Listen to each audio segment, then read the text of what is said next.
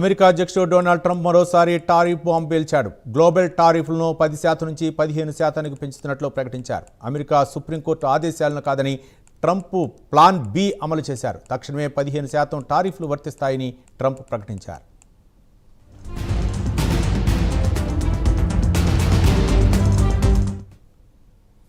America అధ్యక్షుడు Donald Trump bomb పేల్చారు. Plan B అమలు చేస్తున్నారు. మరోపక్క 15% టారిఫ్లు వర్తిస్తాయని ట్రంప్ ప్రకటించారు. ఇదే అంశానికి సంబంధించి మరిన్ని సమాచారం మా నేషనల్ బ్యూరో చీఫ్ కళ అందిస్తారు. కళ, రవి, దాదాపు మనకు ఏదైతే ట్రంప్ తర్వాత సుప్రీంకోర్టు తీర్పు ఏదైతే వెలువడినది 24 గంటలు కూడా పూర్తి కాలేదు. అంత లోపలనే ఒక 3 గంటల తర్వాత 10% సుంకాన్ని విధిస్తున్నాను ప్రపంచ దేశాలకు అన్నటువంటి ఒక ఆర్డర్ పాస్ చేసినటువంటి డొనాల్డ్ ట్రంప్ దాదాపు మరి ఒక 12 గంటలు కాకుండా ముందుగానే మరి కొద్దిసేపు క్రితంగా దాదాపు 10% కాదు 15% టారిఫ్లను ఏదైతే అన్ని దేశాలతోటి ఏదైతే వాణిజ్యపరమైనటువంటి ఏ ఒప్పందాలను నేను ఏర్పాటు చేసుకున్నానో అందరూ కూడా 15% ని టారిఫ్ ని చెల్లించాలి అంటూ కూడా మరొక ఒక బ్రేకింగ్ న్యూస్ అని చెప్పవచ్చు.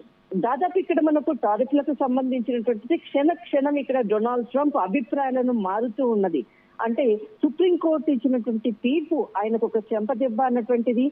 తనకు సంబంధించినటువంటి ఆర్థిక పరమైనటువంటి ఏదైతే టారిఫ్లతో ప్రపంచ దేశాల్లో చిన్న దేశాలు అనుకోవచ్చు, ఇప్పుడిప్పుడు అభివృద్ధి చెందుతున్నటువంటి దేశాలను తన గుప్పిట్లోకి తీసుకోవాలి అన్నటువంటి టారిఫ్ల భయం చూపెట్టి అన్ని దేశాలను తన చేతుల్లోకి తీసుకోవాలన్నటువంటి తన ఏదైతే ఒక గోల్ ఉందో దానికి సుప్రీంకోర్టు తీర్పు అడ్డుకట్ట వేయడంతో చేసేది లేక ప్లాన్ బి యాక్షన్ ని రంగంలోకి రావడము, తర్వాత దీనికి తగ్గట్టుగానే ఆర్థిక నిపుణులతో చర్చించేసేసి మొట్టమొదట 10% ని ఏర్పాటు చేయడము, తర్వాత మరి కొద్దిసేపు క్రితంగా 15% గా పెంచుతున్నట్లు కూడా చాలా కీలకమైనటువంటి ప్రతిపాదనలు బయటకు వస్తున్నది. దీనికి సంబంధించినటువంటిది వైట్ హౌస్ కీలకంగా కూడా ప్రకటించింది. దీనికి సోషల్ మీడియా వేదికగా కూడా డొనాల్డ్ ట్రంప్ దీనికి సంబంధించిన ట్వీట్ కూడా వెల్లడైంది.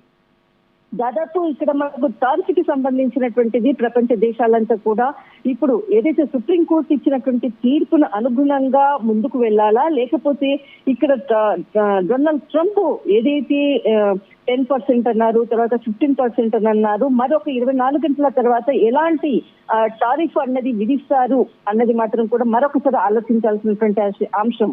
ఇక్కడ రానున్నటువంటి సుప్రీంకోర్టు తీర్పుకు అనుగుణంగా వెళ్లి తర్వాత డొనాల్డ్ ట్రంప్ కు వ్యతిరేకంగా వెళ్తే ఏ విధంగా ఉంటుంది, అంటే దేశ భవిష్యత్తు ఎలా ఉంటుంది అన్నటువంటి ఆలోచించేటటువంటి దేశాలు కూడా కొన్ని ఉన్నాయి. ఇందులో ముఖ్యంగా మనకు గత 2 గంటల క్రితంగా కేంద్ర వాణిజ్య శాఖ ఒక కీలకమైనటువంటి ప్రకటన కూడా చేసింది. ఏదైతే డొనాల్డ్ ట్రంప్ ప్రకటించినటువంటి టారిఫ్లను నిశితంగా పరిశీలిస్తున్నాము అంటూ కూడా భారత్ కీలకమైనటువంటి వ్యాఖ్యలు కూడా చేసింది. దీనిపై అంటే ఇప్పుడు 15% ఏదైతే డొనాల్డ్ ట్రంప్ ప్రకటించిన తర్వాత మరి రేపు భారత ప్రభుత్వం కూడా ఏ విధమైనటువంటి ప్రకటన చేయబోతుంది అన్నది మాత్రము, కానీ క్షణము డొనాల్డ్ ట్రంప్ అభిప్రాయం మాత్రము మారుతూ ఉంది.